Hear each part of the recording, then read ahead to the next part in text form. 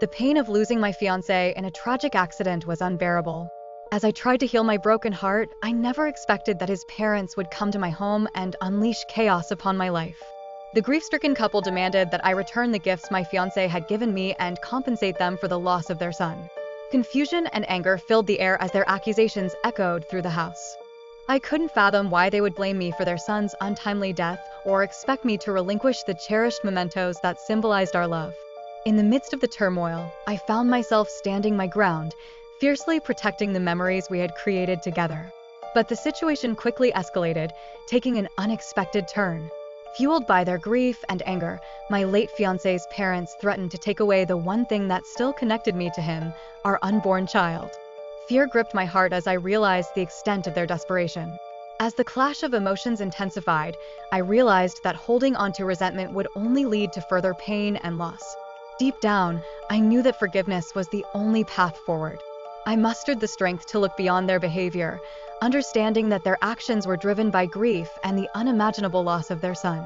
In a courageous act of empathy and compassion, I reached out to them, seeking common ground amidst the chaos.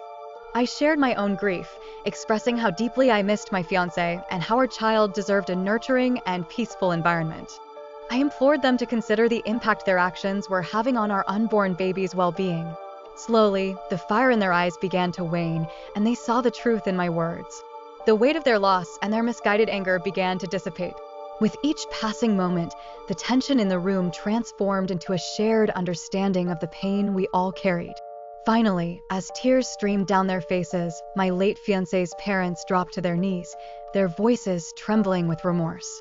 They begged for my forgiveness, acknowledging the mistakes they had made and the harm they had caused. In that moment, their vulnerability and genuine remorse touched my heart. I took a deep breath, summoning the strength to let go of the resentment that had consumed me. With forgiveness in my heart, I offered them my hand, symbolizing a fresh start and the hope for healing our wounds together. In the days that followed, we embarked on a journey of reconciliation and healing. We attended grief counseling together, allowing ourselves the space to mourn and find solace. Gradually, the wounds began to mend, and a newfound bond formed between us. Time has a way of healing even the deepest wounds, and through forgiveness, we found a way to honor the memory of our beloved.